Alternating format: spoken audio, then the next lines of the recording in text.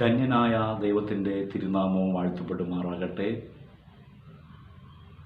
ഈ ആഴ്ചയിലെ സന്ദേശവുമായി നിങ്ങളെ കാണുവാൻ വലിയവനായ ദൈവം സാഹചര്യങ്ങളെ ഒരുക്കി തന്നതോർത്ത് നന്ദിയോടെ കർത്താവിനെ സ്തുതിക്കുന്നു, സ്തോത്രം ചെയ്യുന്നു. ദൈവം നിങ്ങളെല്ലാവരെയും ധാരാളമായി അനുഗ്രഹിക്കട്ടെ എന്ന പ്രാർത്ഥനയോടെ ഈ ആഴ്ചയിലെ സന്ദേശത്തിലേക്ക് നിങ്ങളുടെ ശ്രദ്ധയെ ഞാൻ ക്ഷണിക്കുകയാണ്. അതിനാധാരമായി യെരമ്യാ പ്രവാചകൻ്റെ പുസ്തകം 4-ാം അധ്യായത്തിൻ്റെ 1-ാമത്തെ വാക്യം വായിപ്പാനായിട്ട് ആഗ്രഹിക്കുന്നു. ഒരിക്കൽ കൂടെ വാക്യം പറയട്ടെ. യെരമ്യാ പ്രവാചകൻ്റെ പുസ്തകം 4-ാം അധ്യായത്തിൻ്റെ 1-ാമത്തെ വാക്യം വായിപ്പാനായിട്ട് ആഗ്രഹിക്കുന്നു. ഇസ്രായേലേ, നീ മനം തിരിയുമെങ്കിൽ എൻ്റെ അടുക്കിലേക്ക് മടങ്ങി വന്നുകൊള്ളുക എന്ന് യഹോവയുടെ അരുളപ്പാട്. നിന്റെ മ്ലേച്ഛ വിഗ്രഹങ്ങളെ എൻ്റെ മുമ്പിൽ നിന്ന് നീക്കിക്കളയുമെങ്കിൽ നീ അലഞ്ഞ് നടക്കേണ്ടി വരികയില്ല. ദൈവത്തിന് സ്തോത്രം ചെയ്യുന്നു. ഈ ആഴ്ചയിലെ സന്ദേശത്തിനായി ദൈവത്തിൻ്റെ ആത്മാവ് എനിക്ക് തന്നിരിക്കുന്ന ദൈവവചനത്തിലേക്ക് നിങ്ങളുടെ ശ്രദ്ധയെ ഞാൻ ക്ഷണിക്കുകയാണ്. ഈ ആഴ്ചയിലെ സന്ദേശത്തിൻ്റെ ദൈവത്തിൻ്റെ ആത്മാവ് എനിക്ക് നൽകി തന്നിരിക്കുന്ന ഒരു ഭാഗം ഈ വായിച്ച വാക്യത്തിൻ്റെ 4-ാം അധ്യായത്തിൻ്റെ 1-ാം വാക്യത്തിൻ്റെ അവസാന ഭാഗമാണ്. നീ അലഞ്ഞ് നടക്കേണ്ടി വരികയില്ല. ഒരിക്കൽ കൂടെ ഞാൻ ആ വാക്ക് വായിക്കട്ടെ. നീ ഒരിക്കലും അലഞ്ഞ് നടക്കേണ്ടി വരികയില്ല. നീ അലഞ്ഞ് നടക്കേണ്ടി വരികയില്ല. സ്തോത്രം. ഈ ഭാഗം വായിക്കുമ്പോൾ ദൈവത്തിൻ്റെ ജനമായിരിക്കുന്ന ഇസ്രായേലിനോട് ദൈവത്തിൻ്റെ അരുളപ്പാടാണ് നമുക്ക് കാണുവാനായിട്ട് കഴിയുന്നത്. ദൈവത്താൽ തിരഞ്ഞെടുക്കപ്പെട്ട ദൈവത്തിൻ്റെ സ്വന്തം ജനമായിരിക്കുന്ന ഇസ്രായേൽ, അവരോടുള്ള ദൈവത്തിൻ്റെ അരുളപ്പാടാണ് നമുക്കവിടെ കാണുവാനായിട്ട് കഴിയുന്നത്. നീ അലഞ്ഞ് നടക്കേണ്ടി വരികയില്ല. പ്രിയമുള്ളവരെ, ദൈവമക്കളെന്ന് അഭിമാനിക്കുന്ന, വിശ്വാസികളെന്ന് പറഞ്ഞു നടക്കുന്ന, ഒന്നും കൂടെ ആഴമായി പറഞ്ഞു കഴിഞ്ഞാൽ ആത്മീകർ എന്ന് പറയുന്ന പലരും ഇന്ന് അലഞ്ഞു നടക്കുന്ന ഒരു അവസ്ഥ നമുക്ക് കാണുവാനായിട്ട് കഴിയുന്നുണ്ട്. അവർക്ക് പ്രാർത്ഥനയുണ്ട്, ആരാധനയുണ്ട്, അവർ ദൈവത്തിനെ കൊടുക്കുന്നുണ്ട്, ദൈവവേലയെ സഹായിക്കുന്നുണ്ട്, എല്ലാം ശരി തന്നെയാണ്. പക്ഷേ അവിടെ പല കാര്യങ്ങളിലും അവർ അലഞ്ഞ് തിരിഞ്ഞ് നടക്കുന്ന അവസ്ഥയാണ് നമുക്ക് കാണുവാനായിട്ട് കഴിയുന്നത്. അങ്ങനെയുള്ളവരോടാണ് ദൈവത്തിൻ്റെ ആത്മാവിനെ ഇന്ന് ചില സന്ദേശങ്ങൾ കൈമാറേണ്ടതായിട്ടുള്ളത്. ഇസ്രായേൽ ദൈവത്തിൻ്റെ ജനമായിരുന്നു. അവരോടുള്ള അരുളപ്പാടാണ്. ഹല്ലേലൂയ.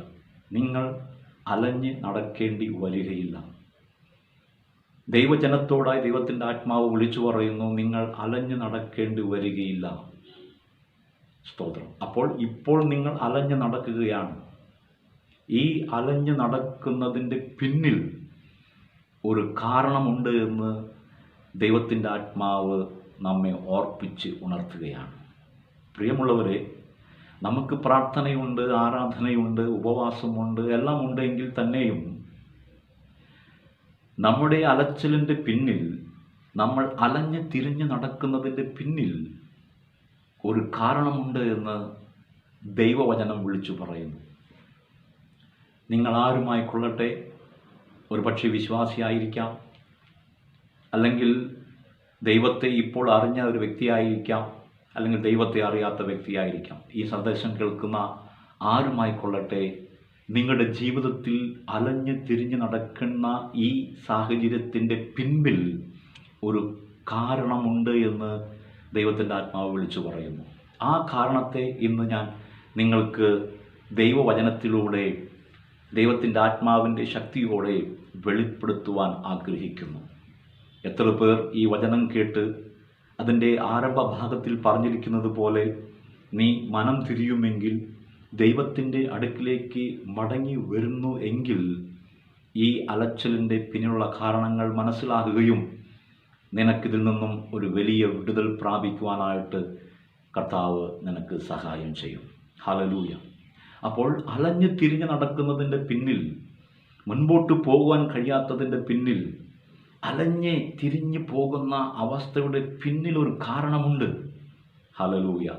നമ്മുടെ പലരുടെയും ആഗ്രഹം കക്ഷത്തിലുള്ളത് വിട്ടുകളയരുത്, ഉത്തരത്തിലുള്ളത് നമുക്ക് വേണം താൻ. അങ്ങനെയാണ് നമ്മുടെ പലരുടെയും ആഗ്രഹങ്ങൾ. കക്ഷത്തിലുള്ള ഒരിക്കലും വിട്ടുകൊടുക്കുവാൻ നാം തയ്യാറല്ല, പക്ഷെ നമുക്ക് മുകളിലുള്ളത് നമുക്ക് ആവശ്യമാണ്. ഒരിക്കലും അത് സാധ്യമല്ല. ചിലത് ഉപേക്ഷിച്ചെങ്കിലേ ചിലത് നിനക്ക് പ്രാപിപ്പാനായിട്ട് കഴിയുകയുള്ളൂ. നിന്റെ അലച്ചലിൻ്റെ പിന്നിലെ കാരണം ഇവിടെ സൂചിപ്പിച്ചതുപോലെ ദൈവഹിതമില്ലാത്ത ചില കാര്യങ്ങൾ നിന്റെ ജീവിതത്തിൽ ഉള്ളതുകൊണ്ട്, ദൈവഹിതമില്ലാത്ത ചില കാര്യങ്ങൾ നിന്റെ ജീവിതത്തിൽ ഉള്ളതുകൊണ്ട് ഈ അലച്ചൽ തുടർന്നു കൊണ്ടിരിക്കുകയാണ്. ഒരുപക്ഷെ നിനക്കത് അറിയാമെങ്കിലും നീ അത് ശരിയായി ഗവനിക്കാതെ മുൻപോട്ട് പോകുന്നതുകൊണ്ട് നിന്റെ അലച്ചലിൻ്റെ സാഹചര്യങ്ങൾ വർദ്ധിച്ചു വരികയാണ്. ഇന്നെന്നെ കേൾക്കുന്ന പ്രിയമുള്ളവരെ, നിങ്ങളുടെ അലച്ചിലിൻ്റെ പിന്നിലുള്ള കാരണം ഇന്ന് പകൽക്കാലം ദൈവത്തിൻ്റെ ആത്മാവ് വെളിപ്പെടുത്തുന്നത് ഇങ്ങനെയാണ്. യഹോവയുടെ അരുളപ്പാട്, നിന്റെ മ്ലേച്ഛ വിഗ്രഹങ്ങളെ എൻ്റെ മുമ്പിൽ നിന്നും നീക്കിക്കളയുമെങ്കിൽ. അവിടെ വായിക്കുന്നതാണ്, നിന്റെ മ്ലേച്ഛ വിഗ്രഹങ്ങളെ എൻ്റെ മുമ്പിൽ നിന്നും നീക്കിക്കളയുക. തമിഴിൽ അത് വളരെ വ്യക്തമായിട്ട് എഴുതിയിട്ടുണ്ട്. അറുവറുപ്പാണ് കാര്യങ്ങൾ എന്ന് പറഞ്ഞാൽ ദൈവത്തിന് ഇഷ്ടമില്ലാത്ത കാര്യങ്ങൾ നിന്റെ ജീവിതത്തിൽ ഉള്ളതുകൊണ്ട് ദൈവം നോക്കുമ്പോൾ നിന്റെ ജീവിതത്തിൽ അറുവറുപ്പാണ്. ദൈവത്തിന് ഇഷ്ടമില്ലാത്ത, ദൈവം വെറുക്കുന്ന ചില സംഗതികൾ നിന്റെ ജീവിതത്തിൽ ഉള്ളതുകൊണ്ട് ഈ അലച്ചൽ നിന്നെ പിന്തുടരുകയാണ്. ഇതുവരയ്ക്കും നിനക്ക് അത് വിട്ട് ദൈവത്തിങ്കിലേക്ക് തിരിയുവാൻ, മനം തിരിയുവാൻ ഇതുവരെയും നിനക്ക് സാധിച്ചിട്ടില്ല. ഹല്ലേലൂയ. ദൈവം നോക്കിയപ്പോൾ മ്ലേച്ഛ വിഗ്രഹങ്ങൾ, ഇവിടെ മലയാളത്തിൽ മ്ലേച്ഛ വിഗ്രഹങ്ങൾ നിന്റെ മുമ്പിൽ നിന്ന് നീക്കിക്കളയുമെങ്കിൽ എന്നാണ് നമുക്കിവിടെ വായിക്കുവാനായിട്ട് കഴിയുന്നത്. എന്നാൽ വേറൊരു ഭാഷാന്തരത്തിൽ കാണുന്നത് അറുവറുപ്പ്, ദൈവത്തിന് അറുവറുപ്പായത് എന്ന് പറഞ്ഞാൽ ദൈവം വെറുക്കുന്നതിനെ നിന്റെ മുൻപിൽ നിന്നും നീ നീക്കിക്കളയുമെങ്കിൽ ഈ അലച്ചൽ നിന്നെ വിട്ട് നീങ്ങിപ്പോകും. നീ അലഞ്ഞ് നടക്കേണ്ടി വരികയില്ല. ഹല്ലേലൂയ. ഇസ്രായേൽ ജനത്തിൻ്റെ അല്ലെങ്കിൽ ഇസ്രായേൽ മക്കളുടെ ജീവിതത്തിൽ സംഭവിച്ച ചില കാര്യങ്ങൾ എടുത്തു പറഞ്ഞുകൊണ്ടാണ് പ്രവാചകൻ ദൂതറിയിക്കുന്നത്. അത് നിങ്ങൾക്ക് മനസ്സിലാകണമെങ്കിൽ 2-ാം അധ്യായത്തിൻ്റെ ആരംഭ ഭാഗങ്ങൾ വായിക്കുമ്പോൾ അവരിൽ അല്ലെങ്കിൽ അവരുടെ മുൻപിലുണ്ടായിരുന്ന പാപം, അവർ ചെയ്തുകൊണ്ടിരുന്ന കാര്യങ്ങൾ എന്താണെന്ന് വളരെ വ്യക്തമായി ദൈവവചനം, തിരുവചനം നമ്മെ ബോധിപ്പിക്കുന്നുണ്ട്. എല്ലാ വാക്യത്തെയും കാണിക്കുവാൻ നേരം കുറവായതുകൊണ്ട് ഒരു വാക്യം മാത്രം നിങ്ങളുടെ ശ്രദ്ധയിൽപ്പെടുത്തി ഞാൻ മുൻപോട്ട് പോകുവാനായിട്ട് ആഗ്രഹിക്കുന്നു. യെരമ്യാ പ്രവാചകന്റെ പുസ്തകം തന്നെ 2-ാം അധ്യായത്തിൻ്റെ 13-ാമത്തെ വാക്യത്തിലേക്ക് നിങ്ങളൊന്ന് കടന്നു വന്നാട്ടെ എന്ന് ശ്രദ്ധിച്ചാട്ടെ. യെരമ്യാ പ്രവാചകന്റെ പുസ്തകം 2-ാം അധ്യായത്തിൻ്റെ 13-ാം വാക്യത്തിലെ നമുക്ക് കാണുവാൻ കഴിയുന്ന, എൻ്റെ ജനം 2 ദോഷം ചെയ്തിരിക്കുന്നു. അവർ ജീവജലത്തിൻ്റെ ഉറവയായ എന്നെ ഉപേക്ഷിച്ച് വെള്ളമില്ലാത്ത കിണറുകളെ, പൊട്ടക്കിണറുകളെ തന്നെ കുഴിച്ചിരിക്കുന്നു. അവിടെ പാപം അല്ലെങ്കിൽ അവരുടെ സംഗതികൾ, ഈ അലച്ചിലിൻ്റെ പിന്നിലുള്ള കാരണങ്ങൾ എന്താണെന്ന് ദൈവത്തിൻ്റെ ആത്മാവോടെ ഓർപ്പിച്ചു ഉണർത്തുക. എന്നെ ഉപേക്ഷിച്ചു, ജീവൻ്റെ ഉറവയായിരിക്കുന്ന, ഹല്ലേലൂയ, ജീവജലത്തിൻ്റെ ഉറവയായ എന്നെ ഉപേക്ഷിച്ചു. എന്നെ ഉപേക്ഷിച്ച് പൊട്ടക്കിണറുകളെ കുഴിക്കുവാനായിട്ടിടയായിത്തീർന്നു.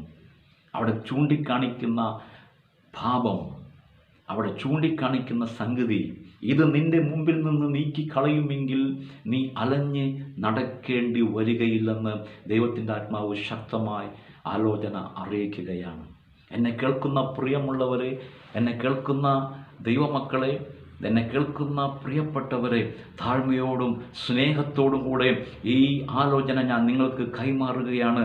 നിങ്ങളുടെ ഈ പ്രശ്നത്തിൻ്റെ പിന്നിലുള്ള കാരണം നിങ്ങൾ ദൈവത്തെ ചില സമയങ്ങളിൽ ഉപേക്ഷിക്കുവാനായിട്ടിടയായിത്തീർന്നു. ദൈവത്തെ ഉപേക്ഷിച്ച് മറ്റു ചില കാര്യങ്ങളിലേക്ക് നിങ്ങൾ ഇറങ്ങിത്തിരിക്കുവാനായിട്ടിടയായിത്തീർന്നു.